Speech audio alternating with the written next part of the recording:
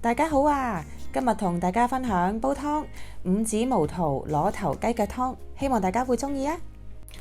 係啊，今日煲湯啊，同大家分享我哋好中意飲嘅湯。五指毛肚煲呢個螺頭雞腳瘦肉，好多嘢啊，蓮子、南北杏同埋百合咁樣。咁我呢個五指毛肚呢，就係乾品嚟嘅。咁你可以去啲海味店啊，或者藥材店嗰度呢，就叫佢幫你處理你煲嘅份量係幾多人飲啊，咁佢就會有啲就會切俾你啦，有啲就已經切好咗噶啦，咁樣咯。我呢個係就方便啲，就唔使浸咁耐。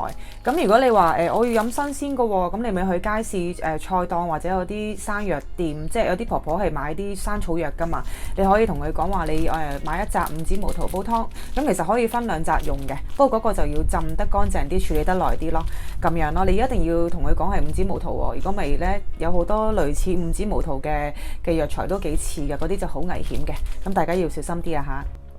咁我而家攞出嚟啦，咁我有啲就係長身啲嘅，咁有啲係短啲嘅，咁樣一包呢就夠我哋飲噶啦。咁我而家就洗一洗乾淨佢先。咁我呢洗一洗，我會浸佢一陣嘅。咁我今次呢仲有呢個南北杏、百合同埋去咗心嘅白蓮子咁樣，因為呢一個都係肥佬補翻個肺嘅潤肺嘅湯水，亦都秋燥都啱飲嘅。因為五指毛肚呢其實好特別嘅，你夏天配唔同嘅嘢呢，又可以夏天去濕啦，你冬天譬如而家秋天呢，又可以滋潤翻嗰個肺啦、行氣活血啦，同埋你骨骼呢啲周身骨痛嗰啲人飲都好噶，所以佢個配搭唔同呢，就可以做唔同嘅功效。咁我而家呢，就放埋落去一齊浸一浸佢先。咁我就有雞腳啊，今次好多雞腳啊，咁我就呢全部都係凍水穿水嘅。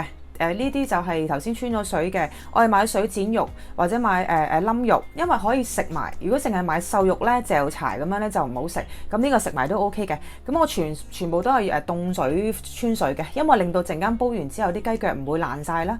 咁我仲有啲螺頭。咁我啲螺頭就出咗水，咁我而家剪咗細細嚿啦。咁我落咗2嚿嘅，我陣間再俾大家睇。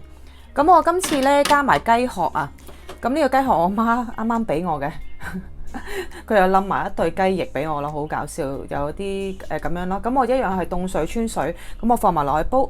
咁我大家如果介意啊，唔用雞殼喎，咁你咪買隻老雞煲咯。喺街市嗰度買又得，或者買走地雞煲都 OK 嘅。但有啲超市係有雞殼賣嘅，但係有啲就冇嘅。咁如果係你可以去街市嗰啲雞檔嗰度買雞殼嚟煲都 OK，都係凍水穿水。咁啊果皮啦，浸軟咗就刮囊。咁我而家時間嘅關係呢，我而家就煲啦。咁一樣啦，我係凍水落果皮嘅。我已經浸咗佢15分鐘噶啦，15分鐘到就 OK 啦。咁我放晒落去。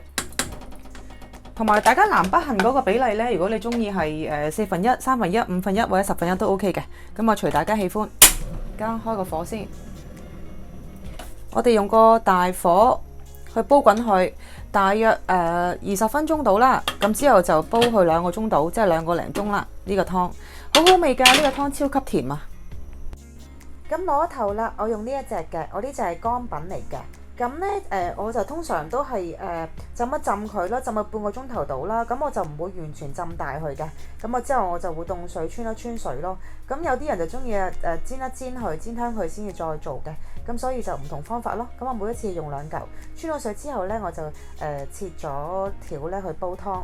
咁如果大家唔中意用呢個，都可以用急凍嘅螺頭嘅，或者用螺片都 OK 嘅。哇，好香啊，香噴噴啊！而家我煲咗4-5個字啦，因為頭先出咗去燙衫咁樣。咁我而家轉翻個細火，煲多佢2個鐘到。咁轉頭見啦，夠鐘啦 ，total 煲咗2個幾鐘啦。我頭先走咗去整屋企嘢，大家睇下個湯，香噴噴啊，好香椰子味啊！呢個湯係我哋好中意飲㗎。咁我筆起再俾大家睇啊！咁有咁多嘅湯渣、雞腳，仲有啲螺頭，同埋啲瘦肉，呢個係水剪嚟嘅，咁我就可以食埋啦。大家去睇下個湯，因為個湯呢，我都係會留俾佢飲幾日嘅，放雪櫃。咁我就唔落鹽，咁我而家呢碗就加少少粗鹽啦。如果你哋合家歡飲呢，就而家可以加鹽噶啦。咁樣個湯香噴噴啊！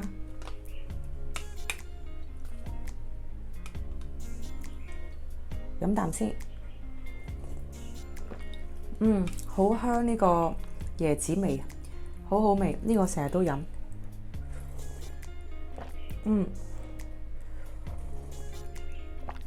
好味啊！五指毛桃呢，其實應該係人都知道呢個健脾去濕啊、行氣化痰啊、舒筋活絡嘅呢個湯。同埋佢，我哋而家秋季飲呢又有唔同嘅功效，夏天飲呢又有唔同嘅功效，冬天飲呢又有唔同嘅功效。呢一個真係唔錯。同埋呢，我今次嘅五指毛桃係乾品呢。我下次嚟緊凍啲，我喺街市嗰度買一扎野生新鮮嘅五指毛桃，同大家分享另外一個湯啊，五指毛桃嘅湯，好好味嘅，椰子嘅香味。好，仲有個呢個係水剪肉，或者你可以買冧肉都 OK， 咁又唔使淨係食瘦肉咯，因為瘦肉太鹹啦。呢一嚿，佢呢嚿食落去咯，唔會話啲瘦肉咁鹹咯，好味㗎。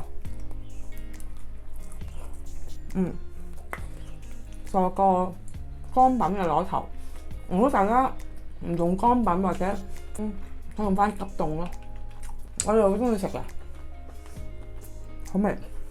咁今集係咁多啦，同埋呢個湯水合家歡嘅。咁但係如果你感冒緊，就唔好飲啦。咁下集再見啦，希望大家會中意我呢個分享啊！拜拜。